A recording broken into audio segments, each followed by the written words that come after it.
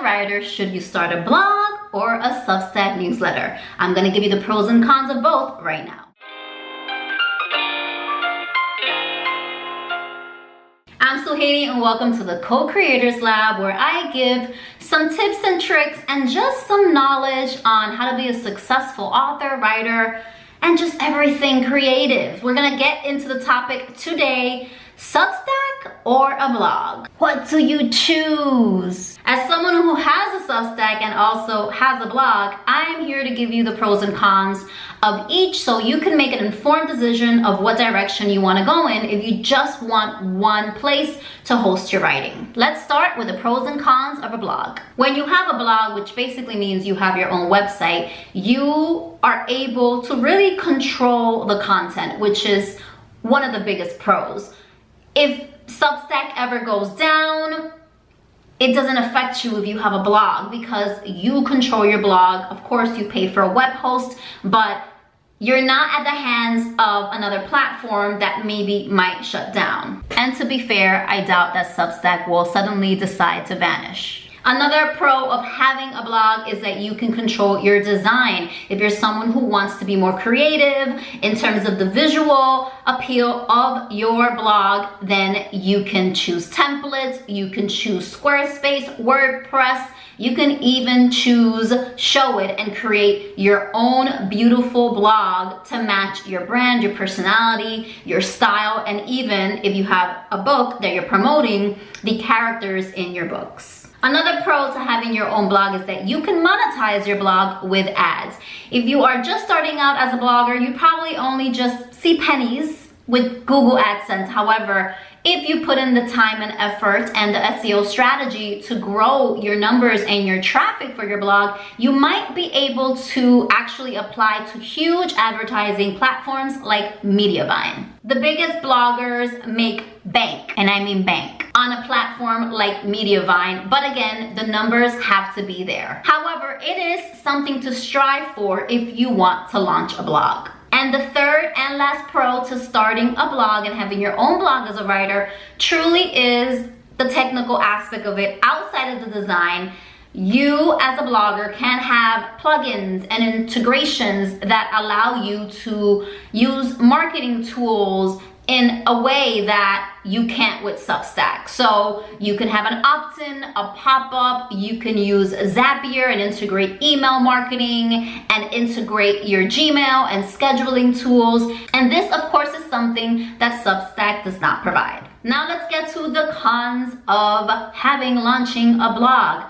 The biggest con, I believe, has to do with the technical lift. Yes, you can create a template on Showit and it's not that hard, or you can just purchase a template, but the upkeep of having a blog, the technical upkeep of having to update plugins and making sure that things aren't interfering with each other and that you have an updated template, it can get a little bit daunting and, I'm not gonna lie, very tedious. Blogs are also more expensive. You have a hosting fee that you pay annually, as well as a domain fee, and those fees just keep going up and up. So unless you're making money off your blog, sometimes the return of investment and also the time of writing on the blog and upkeeping the blog technically isn't worth it. There's also that potential for a virus that blogs have. I had a blog long ago that was hacked, and my blog, literally, I had to shut it down. I saw it as almost a necessary transition because I was getting tired of how much work having a blog was, even though I was monetized. However, it was very sad to have to shut down my blog because I was hacked and I lost control. So I just canceled web hosting, shut everything down, and decided that either I would start from scratch or just go in a different direction. And that's actually when I decided to take a break from blogging, and Substack came on and I decided to join Substack. And the last con, aside from all that, is that when you launch a blog, you have a very low domain authority. So a domain authority is basically what this number that Google gives you out of 100 that says this is the go-to blog for this topic. So let's say you have a recipe blog and you love to bake. So you're just gonna start a blog. You're gonna launch a blog with all your favorite baking recipes.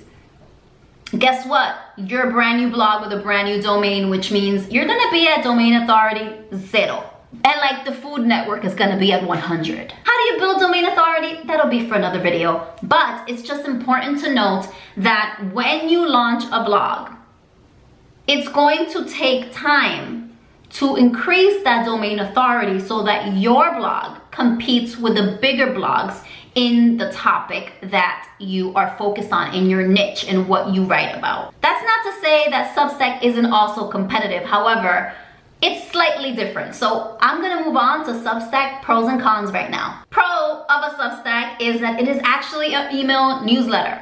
It is amazing that you can send content via email, that you actually have access to your readers. When you have a blog, yes, you can have an email pop up, show up.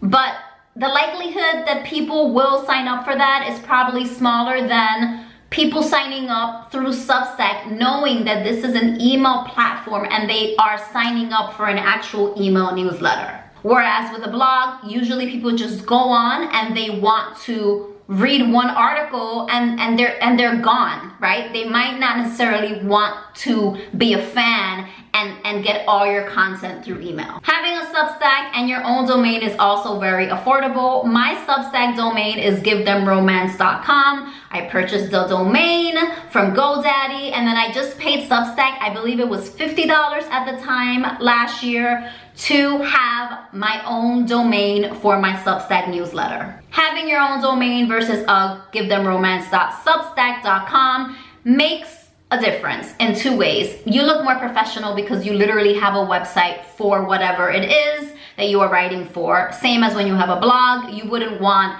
givethemromance.blogspot.com or givethemromance.wordpress.com. You want to look professional as a writer, as a creative. The second advantage of having your own domain and the fact that Substack allows that for such a low cost is that you will have a higher domain authority if you have a domain that doesn't have that extension of substack.com or wordpress.com or I already said that, or blogger.com. Speaking of domain authority, one of the pros of having a Substack newsletter versus a blog is that Substack already has a higher domain authority than a fresh new blog. Why? Because Substack already has that name brand recognition on Google. That means that if you can do search engine optimization research, and I'm gonna have a video on how to do that for your Substack newsletter.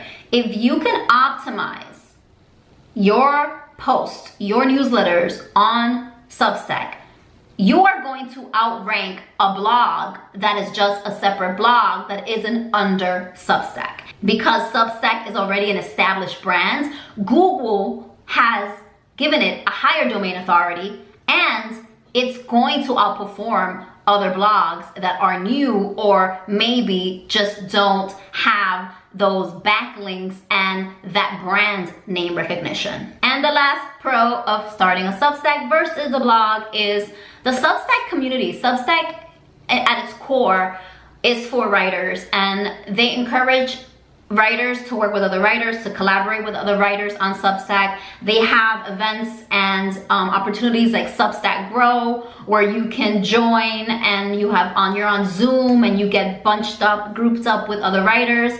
So if you're someone who's very collaborative or is looking to be more collaborative with other writers, they offer a lot of opportunities to be able to do that. You can pitch yourself to other Substack publications and write for other Substack publications that are a lot more popular or more established. As a blogger, you're just kind of on your own island. I'm gonna come in close to share some Substack cons. There's not that many, at least personally, I don't believe there are. The first con really has to do with monetization. You can't monetize with ads, which is fine. If you're not really into writing to have Google AdSense or Mediavine, then it's not as big a deal. You can do affiliate marketing. There is no rule that says that you cannot monetize your Substack. I actually have a video to monetize your Substack right here. You can check that out, or here, I'm not sure where it is. Second con is that formatting kind of sucks on Substack, but if you're not there for design and you just really want to write and share that writing with your subscribers, then it's not a big deal. The last con that I'm hoping that Substack works on is how people subscribe to sections on your Substack newsletter. So when you have a Substack newsletter, you have these things called sections, which is basically a category traditionally if you have a blog. So if you are a marketing writer and you have one section category that's social media marketing, and you have another category that is search engine optimization, you have two sections. I, as a subscriber, I bump into an Instagram post that you write and I say, wow, I really want to subscribe to this Substack newsletter because I'm interested in social media marketing as, like, let's say, an influencer. However, I'm not interested in search engine optimization because I don't have a blog. I, as a subscriber, would subscribe to your newsletter, but I would receive content, the emails still of the search engine optimization posts and emails that you create and send to your Substack newsletter. As of now, Substack does not have a way for subscribers to decide, okay, I only want emails from this one section, this one category. Therefore, every person that subscribes to your Substack is going to receive all emails, even if you segment the emails and categorize them and put them under different sections.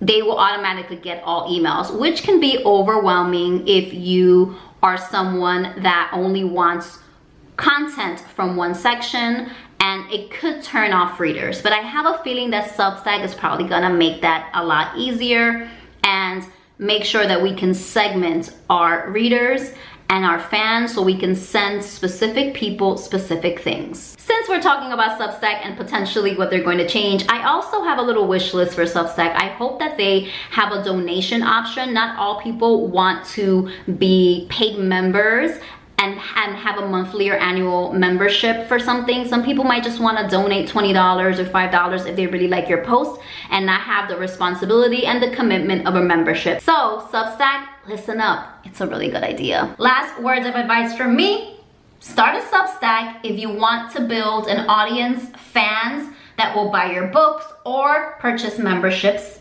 Start a blog if you don't really care about the fans and you just want traffic to have your blog on these media vines and Google AdSense platforms so you can monetize with ads versus memberships and selling an actual book or a product. Again, the choice is yours. Let me know in comments what you decide to do. Substack, blog, I wanna know. Make sure to subscribe and like the video if this helped, and come back for more because I am gonna cover search engine optimization as I stated, and more Substack / blog and author creator topics. See you next time.